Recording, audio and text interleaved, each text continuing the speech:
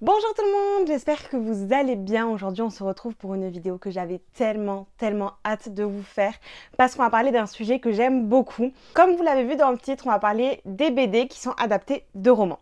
Alors moi j'adore ce genre de BD, j'en lis énormément. Pour deux raisons principalement, parce que je trouve que déjà ça permet de lire de manière plus accessible les classiques, donc je vais vous en présenter certains, vous verrez. Et je veux dire dans le sens où l'écriture souvent, voilà, c'est du vieux français, ça peut être compliqué à lire, ça peut être parfois même rebuté. Enfin moi ça a été le cas par exemple pour Orgueil et Préjugés que j'avais essayé de lire. Ne me détruisez pas s'il vous plaît les fans d'Orgueil et Préjugés. Mais voilà, donc ça a été une façon accessible de le découvrir et avec d'autres classiques que je vais vous présenter juste après. Et ensuite je trouve aussi que c'est hyper intéressant de voir une histoire prendre vie avec l'adaptation du dessinateur et puis du narrateur aussi, celui qui sélectionne un petit peu qu'est-ce qui va être raconté dans le roman ou dans l'histoire de base, parce que forcément dans une BD on peut pas tout mettre. Donc j'aime beaucoup voir cette interprétation qui n'est peut-être pas au goût de tout le monde dans le sens où voilà, c'est vraiment une interprétation subjective propre aux artistes. Donc c'est ça que j'aime beaucoup aussi, c'est voir prendre vie une histoire selon le style de quelqu'un. Donc j'en ai plusieurs à vous présenter. La vidéo va se diviser en deux parties principales. Dans un premier temps, je vais vous montrer les BD que j'ai lus de romans adaptés que j'ai lus également, donc j'ai lu les BD et les romans. Et dans un second temps, je vais vous présenter les BD que j'ai lus adaptés de romans, mais j'ai pas lu le roman. Donc je pourrais moins faire de comparaison, etc. Mais c'est toujours intéressant quand même de vous en parler parce qu'elles existent, elles sont là. Et peut-être que vous n'êtes pas au courant qu'il y a ces BD adaptés sortis. Donc voilà, j'avais trop envie de vous en parler, donc c'est parti.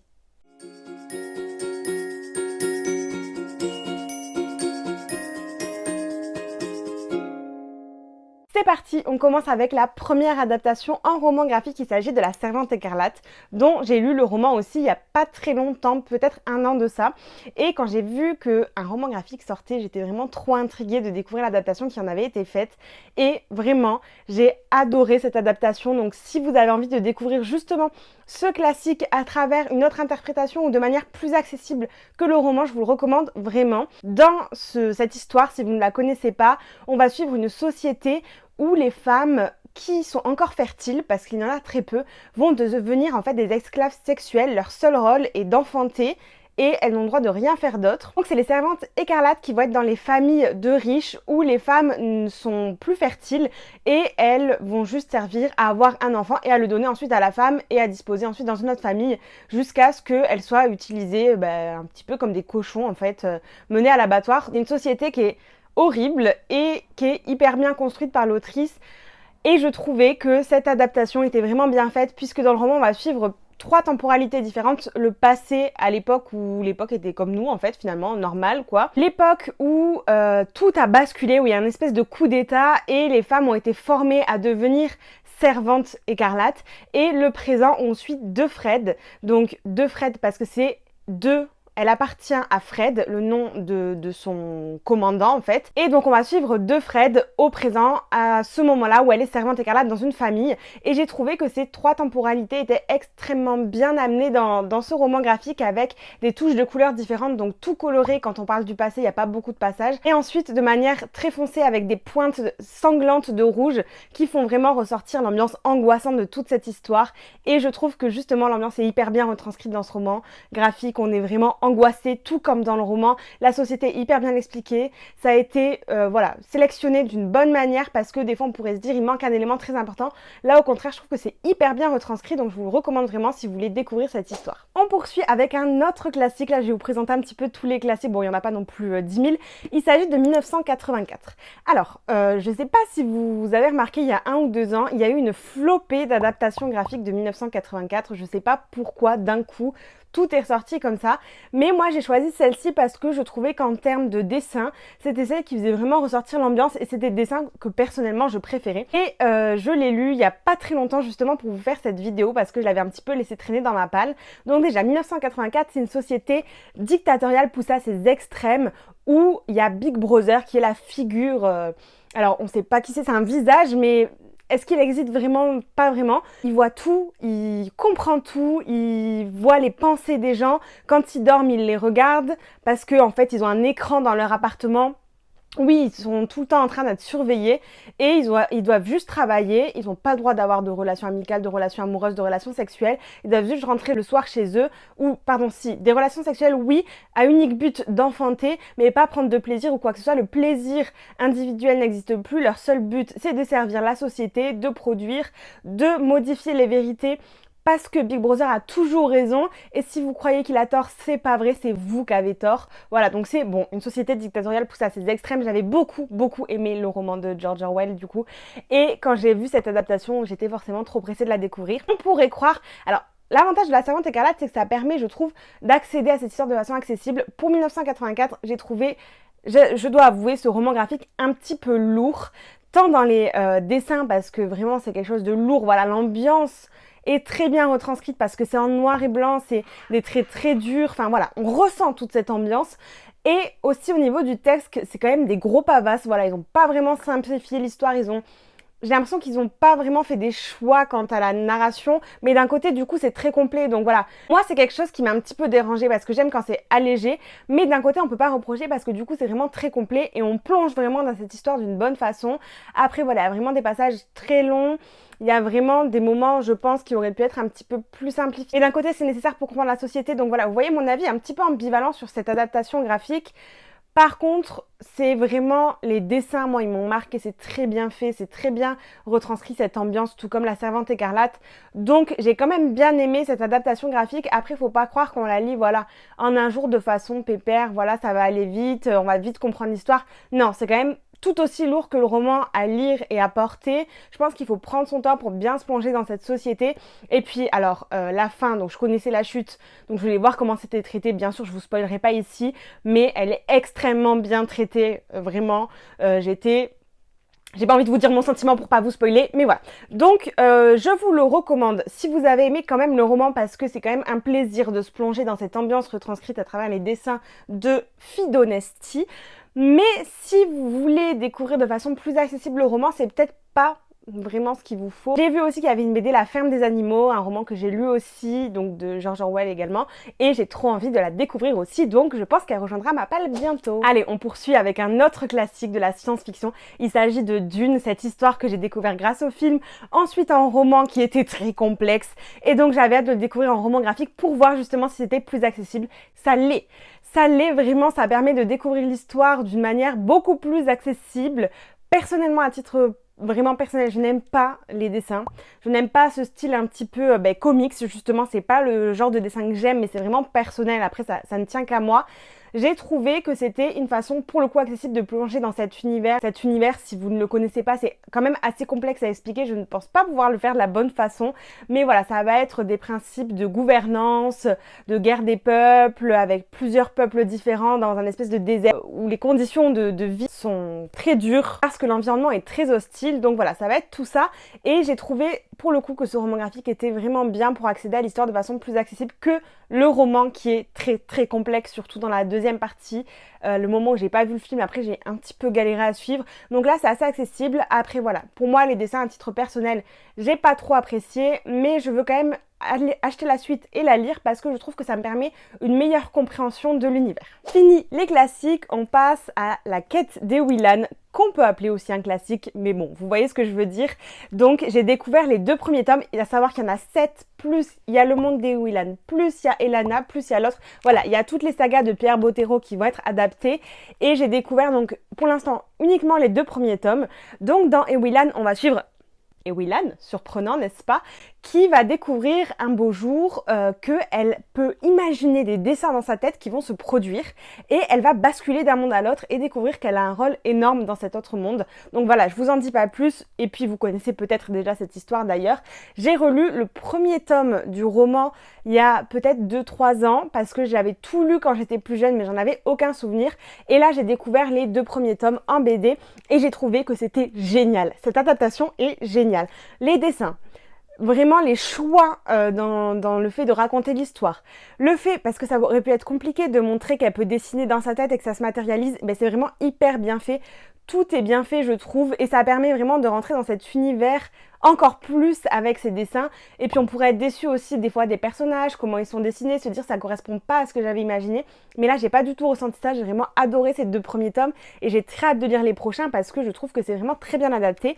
Donc pareil, si vous avez la flemme de vous plonger dans une saga de je ne sais combien de tomes, vraiment, je vous les recommande. Après, les romans valent vraiment le détour, mais ces BD sont très chouettes. Et on passe maintenant à un univers de science-fiction. Il s'agit de Phobos de Victor Dixon qui a été adapté en BD. Alors, les 2 premiers BD sont sortis. Alors, bon, évidemment, j'ai pas précisé dans les BD précédentes, mais une BD n'est jamais égale à un tome, hein, parce que un tome d'une saga, c'est énorme. Une BD, ça n'a pas la place de tout retranscrire, sinon on oublierait trop de trucs, donc encore heureux.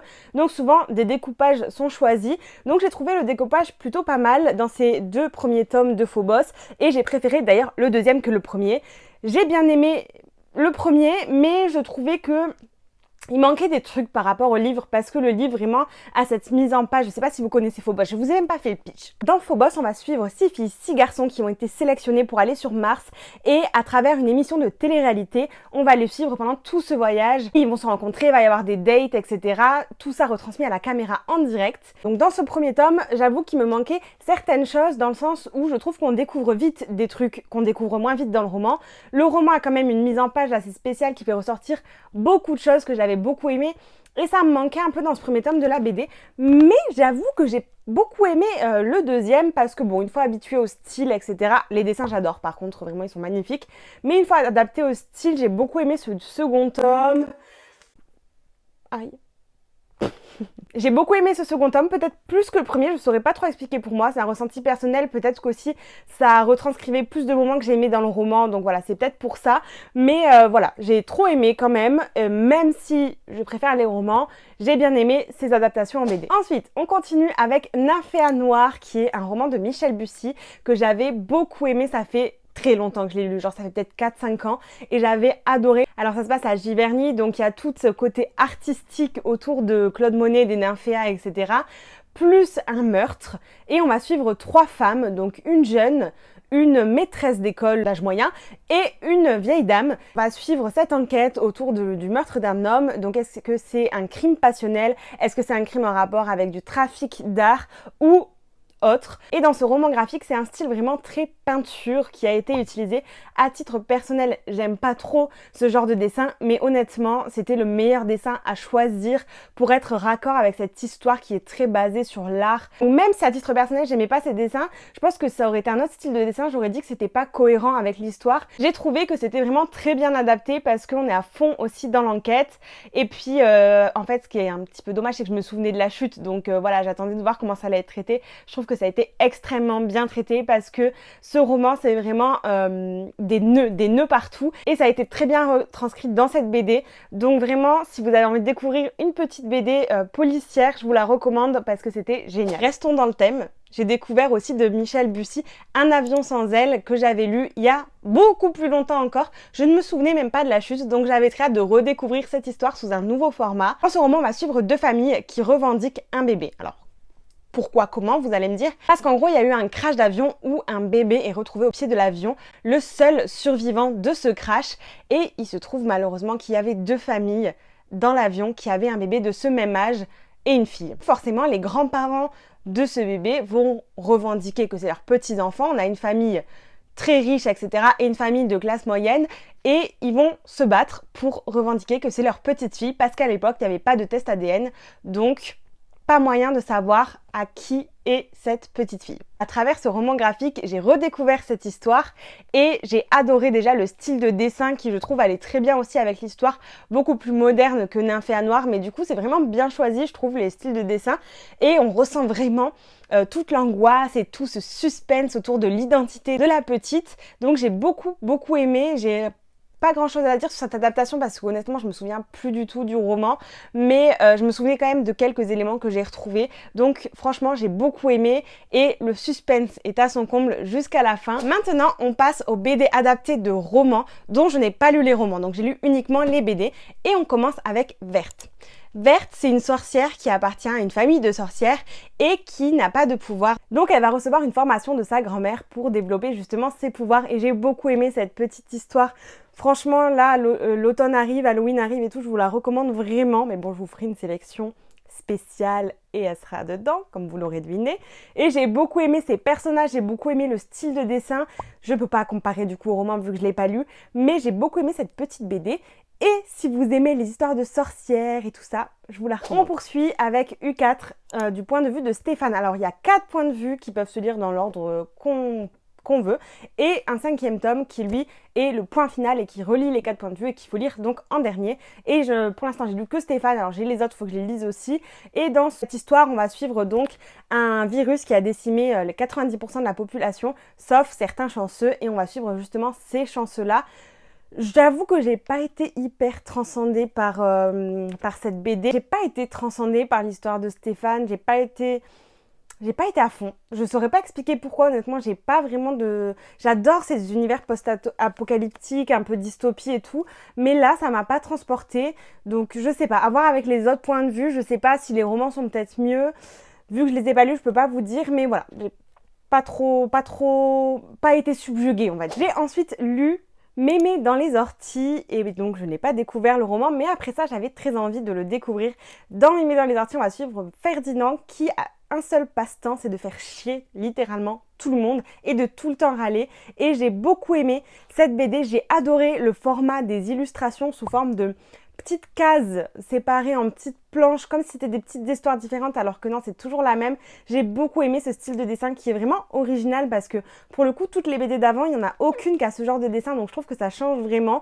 Et j'ai trop aimé cette histoire, voilà, c'est touchant, on suit un personnage, au début on le déteste, et puis voilà, vous verrez, les sentiments évoluent au fil des pages. On parle de relations amicales, intergénérationnelles, c'est ce que j'ai beaucoup aimé dans cette histoire, et je pourrais pas du coup comparer au roman, mais j'ai trop aimé, et du coup, faut vraiment que je m'achète le roman. J'ai ensuite découvert il y a un certain temps, quand je travaillais aux éditions Casterman, Le Bonheur des Dames, et j'avais adoré cette adaptation du roman d'Émile Zola que je n'ai pas lu.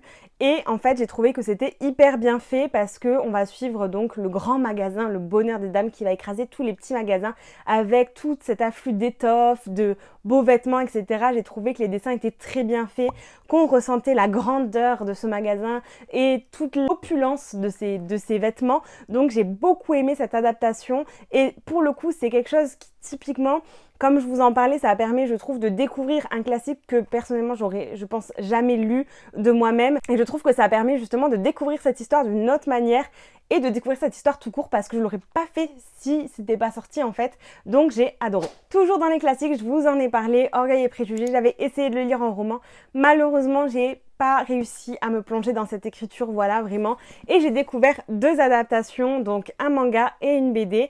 Le manga, j'ai lu il y a assez longtemps maintenant, et j'avais adoré à l'époque où je l'avais lu. Je pense que je l'ai découvert il y a genre 3-4 ans. J'avais trop aimé, parce que justement ça me permettait de découvrir un classique sous un format complètement original, puisqu'on parle quand même d'un manga, et encore un format qui est complètement différent, et qui pourtant avait réussi à me faire aimer l'histoire. Donc j'avais beaucoup aimé. Et ensuite la BD que j'ai lue aujourd'hui même d'ailleurs, pour pouvoir vous en parler dans cette vidéo, qui est un tome 1, donc voilà. Va y avoir le manga, contrairement à la BD, c'est en one shot, alors que la BD, il y a un tome 1, je sais pas combien il y a de tomes au total, je crois qu'il y en a d'autres qui sont sortis et tout. Moi j'avais acheté que le tome 1 pour l'instant. J'ai beaucoup aimé le style de dessin. Honnêtement, j'ai trouvé que le style d'écriture était bien retranscrit à travers la BD, parce que voilà, des fois je comprenais pas tout, j'étais un petit peu perdue, mais d'un côté j'ai quand même beaucoup aimé, parce que ça m'a permis de plonger dans l'histoire de manière beaucoup plus accessible que le roman, et j'ai adoré les dessins qui sont vraiment magnifiques, les couleurs sont trop belles. Donc voilà, c'est 2 adaptations que j'ai aimées, mais je pourrais pas vous les comparer au roman. Je pense que la BD est peut-être une meilleure adaptation que le manga, qui lui a vraiment été changé pour être beaucoup plus accessible, mais j'ai quand même beaucoup aimé les 2. Petit bonus, on termine juste avec une BD adaptée d'un roman que je n'ai pas lu, et je n'ai ni lu le roman. Il s'agit de Ta deuxième vie commence quand tu comprends que tu n'en as qu'une. J'ai beaucoup entendu parler de ce roman, donc forcément quand j'ai vu qu'il y avait une adaptation, je l'ai prise, parce que voilà, je vous dis, j'ai une espèce de passion pour ces adaptations de romans en BD, j'adore ça. Donc dès que j'en vois, je peux pas m'empêcher de craquer. Donc voilà, j'ai hâte de découvrir cette histoire, j'ai pas lu le roman, mais peut-être que ça me donnera envie de le découvrir. Voilà pour cette vidéo, j'espère qu'elle vous aura plu. En tout cas, j'étais trop contente de vous la faire parce que j'avais trop hâte de vous parler de ces BD adaptés de romans. Donc n'hésitez pas à me dire si vous en avez lu, n'hésitez pas à me dire si vous aimez lire des BD et n'hésitez pas à me dire aussi si vous avez lu des romans qui sont adaptés de ces BD ou si vous avez lu les deux. Voilà, donc n'hésitez pas à me laisser un petit commentaire si vous êtes arrivé jusqu'ici. Merci d'avoir regardé toute la vidéo. Vous pouvez peut-être me mettre un petit emoji crayon parce que c'est la rentrée. Hein, quand je publierai cette vidéo, ça sera passé. Mais voilà, un petit emoji crayon si vous êtes arrivé jusque là. Je vous remercie et un petit pouce bleu, ça me fera toujours plaisir. Et je vous dis à très vite.